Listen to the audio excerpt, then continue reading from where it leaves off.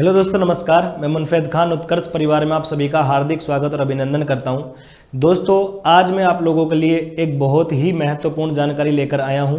जैसा कि आपको पता है, आजकल रेलवे एएलपी के फॉर्म चल रहे हैं और अभी टेक्नीशियन की वैकेंसी भी आने वाली है। तो आरआरबी की तरफ से एक अपडेट आया है कास्ट सर्टिफिकेट को लेकर, तो उसके बारे में हम लोग विस्तृत चर्चा करने वाले हैं। वीडियो को स्किप नहीं करना है, पूरी जानकारी आप लोगों को इस वीडियो में मिलेगी। अभी तक कास्ट सर्टिफिकेट के ऊपर जितने भी आपके डाउट्स थे, वो सारे के सारे डाउट मैं आपके दूर करने वाला हूं इस वीडियो के माध्यम से। हम इस वीडियो में सभी कैटेगरी के बारे में बात करने वाले हैं, चाहे दो जनरल कैटेगरी को छोड़कर, क्योंकि आप जानते हो उनको कोई आरक्षण नहीं मिलता है, आरक्षण का कोई लाभ उनको नहीं मिलता है। उसके अलावा हम लोग बात करेंगे ईडब्ल्यूएस के बारे में, ओबीसी के बारे में हम लोग बात करेंगे, एससी एसटी के बारे में हम लोग बात करेंगे। जनरली मैं आप लोगों को बता दूं कि जो लोग एससी एसटी में आते हैं उन्हें चिंता करने की कोई आवश्यकता नहीं होती है, क्योंकि आप लोगों को पता होगा एससी एसटी का जो सर्टिफिकेट होता है वो पूरा लाइफ टाइम वैलिड होता है, उसमें कोई संशय नहीं है। बट दोस्तों, ईडब्ल्यूएस और ओबीसी का जो मामला है उसमें थोड़ा सा हमें विचार करना होगा, क्योंकि यहाँ चीज़ें थोड़ी अलग तरीके से चलती हैं और हम नहीं चाहते कि एक छोटी की गलती की वजह से, एक छोटी सी गलती की वजह से और हमारा जो करियर है वो दांव पर लगे या हमें आगे चल के कोई परेशानी आए। तो अगर आप भी ऐसा चाहते हो तो एक बार ये वीडियो देख लेना। आपसे जो गलती हुई है या नहीं भी हुई है तो बहुत अच्छी बात है, तो उसमें आपको कोई समस्या नहीं आएगी। तो चलिए दोस्तों, बिना किसी देरी के हम लोग वीडियो को शुरू करते हैं।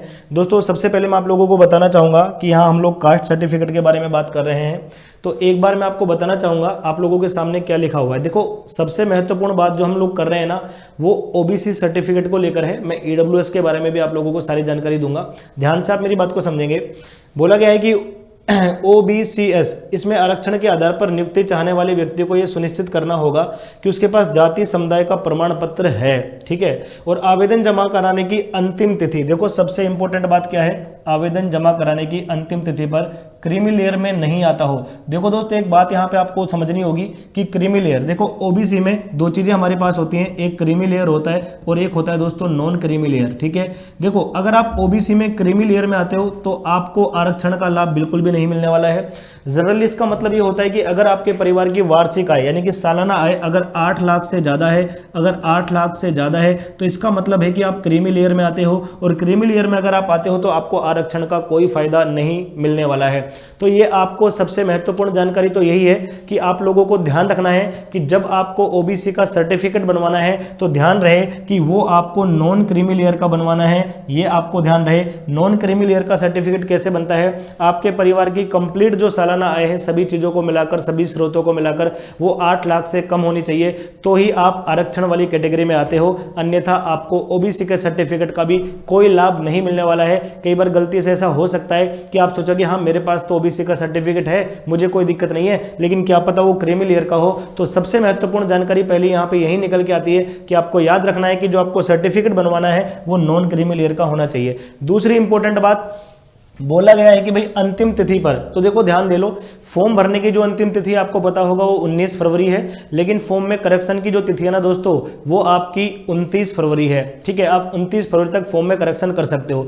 तो अगर आप लोग अभी भी एक सर्टिफिकेट बनवा लेते हो और वो भी सेंटर लेवल का, ध्यान रहे दोस्तों, स्टेट लेवल का आपका जो सर्टिफिकेट है वो नहीं चलने वाला है। मैं आपको बताना चाहूंगा, स्टेट लेवल का नहीं चलने वाला है, आपका सेंट्रल लेवल का जो टॉपिक जो सर्टिफिकेट है दोस्तों, वही आपका यहाँ पे चलने वाला है। अब बहुत से भाई कहेंगे सर हमने तो फॉर्म भर दिया है और स्टेट लेवल का सर्टिफिकेट हमने लगा दिया था, तो बताना चाहूंगा चिंता करने की कोई बात नहीं है। ये सर्टिफिकेट की आवश्यकता आपको तब पड़ने वाली है जब आपका डीवी होगा, यानी कि डॉक्यूमेंट वेरिफिकेशन के टाइम, उस टाइम कम से कम 6 महीने पुराना हो, इससे ज्यादा ना हो, ये आपको ध्यान रहे। हालांकि देखो, ओबीसी के सर्टिफिकेट की जो वैलिडिटी होती है दोस्तों वो 1 वर्ष की होती है, लेकिन आप ये सुनिश्चित कर लें कि 6 महीने के अंदर अंदर अपना सर्टिफिकेट बना लीजिएगा, ताकि आगे चल के हमें कोई समस्या नहीं आए। एक बात मैं और जरूर आप लोगों से कहना चाहूंगा कि ओबीसी का सर्टिफिकेट का, जैसा कि आपको पता है, उसमें नंबर डाला जाएगा, तो जिस सर्टिफिकेट का आप नंबर डालें वो भी आप लोगों के पास मौजूद होना चाहिए, चाहे वो स्टेट लेवल का हो चाहे वो सेंट्रल लेवल का हो, क्योंकि क्या पता डीवी के टाइम तक वो पुराना हो चुका हो तो आपको दूसरा बनवाना पड़ेगा।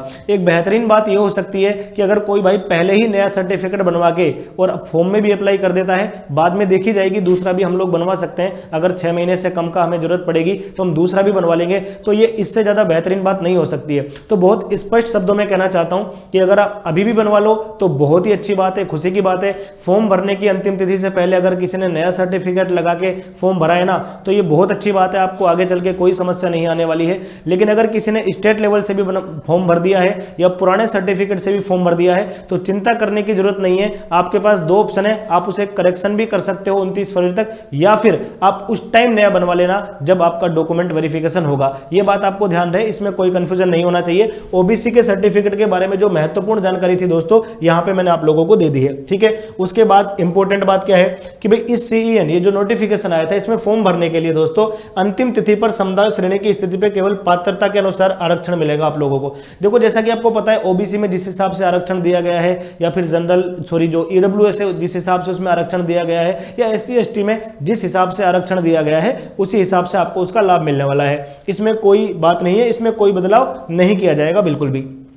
देखो भाई, वर्टिकल रिजर्वेशन क्या होता है?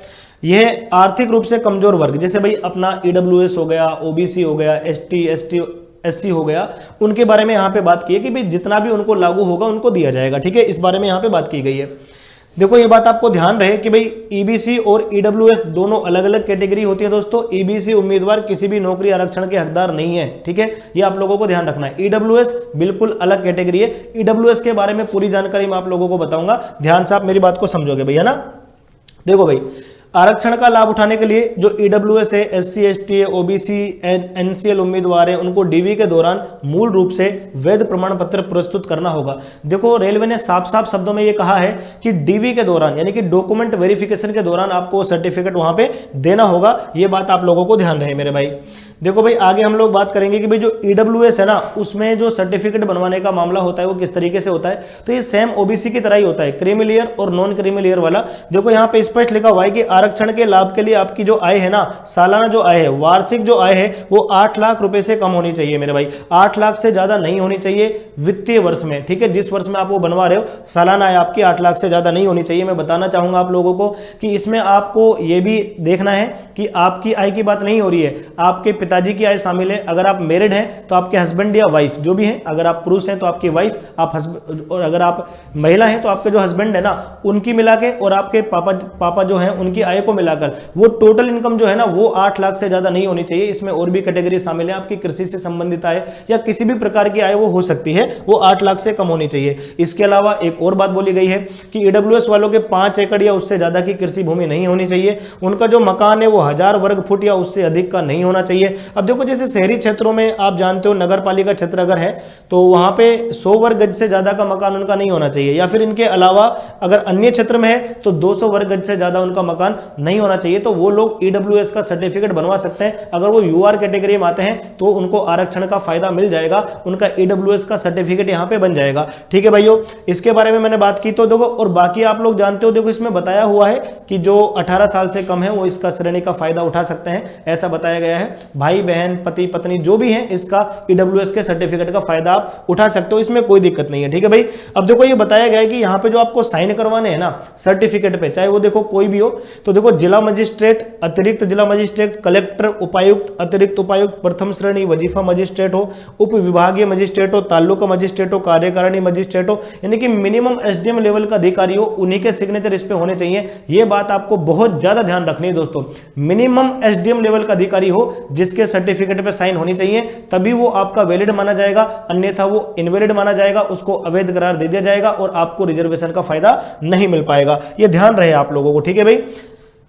अगला, उस क्षेत्र का उप विभागीय अधिकारी भी हो सकता है जहां उम्मीदवार या उसका परिवार सामान्य रूप से रहता है, ऐसी आपके उसके बारे में जानकारी दी हुई है। देखो दोस्तों, ये एससी एसटी का आपका फॉर्मेट होता है। मैं फॉर्मेट आप लोगों को बताना चाहूंगा। देखो एससी एसटी का सर्टिफिकेट होता है। देखो इसमें ज्यादा सोचने वाली बात हमें नहीं है, एससी एसटी का ये पूरा का पूरा आपका फॉर्मेट यहाँ पे होता है। और इसके अलावा दोस्तों जो हमारा ओबीसी का सर्टिफिकेट होता है उसका फॉर्मेट मैं आप लोगों को बताना चाहूंगा। और ध्यान रहे, सबसे महत्वपूर्ण बात, नॉन क्रीमी लेयर, ये आपको ध्यान रहे मेरे भाई। तो ये आपका ओबीसी का एक सर्टिफिकेट का उन्होंने फॉर्मेट दिखाया है कि भाई इस तरीके से आप लोगों को ये बनवाना है। तो आप लोगों का उम्मीद है कि कोई भी डाउट कास्ट सर्टिफिकेट से रिलेटेड आपका नहीं होना चाहिए, ठीक है भाई। समय समय पर सारी बातें वहां पे बताई हुई हैं भाई आप लोगों को। और देखो भाई, ये आपका जो नॉन क्रीमी लेयर का जो सर्टिफिकेट है आपका सेल्फ डिक्लेरेशन, ये भी आप लोगों को बनवा लेना है। सेल्फ डिक्लेरेशन, ठीक है, कि भाई आप एनसीएल कैटेगरी में आते हो, नॉन क्रीमी लेयर कैटेगरी में आप लोग आते हो, ये भी आप लोगों को बनवा लेना है, ठीक है। तो बहुत ही कम समय में मैंने आपका जो भी डाउट होगा कास्ट सर्टिफिकेट से रिलेटेड वो दूर करने की कोशिश की है। उम्मीद है आप लोगों को सारी चीजें समझ में भी आई होंगी दोस्तों, और आपकी जो भी समस्या थी या जो भी आप लोगों को थोड़ा टेंशन था इस कास्ट सर्टिफिकेट को रिलेटेड, तो वो दूर हो चुका होगा। तो वीडियो को लाइक और शेयर जरूर करें, अपने सभी साथियों के साथ इसको जरूर पहुंचाएं आप लोग ज्यादा से ज्यादा संख्या में, कि कहीं किसी एक सर्टिफिकेट की वजह से आप लोगों को नौकरी से हाथ ना धोना पड़े। चलिए दोस्तों, thank you so much, all the best आप सभी लोगों को, बाय बाय, टेक केयर।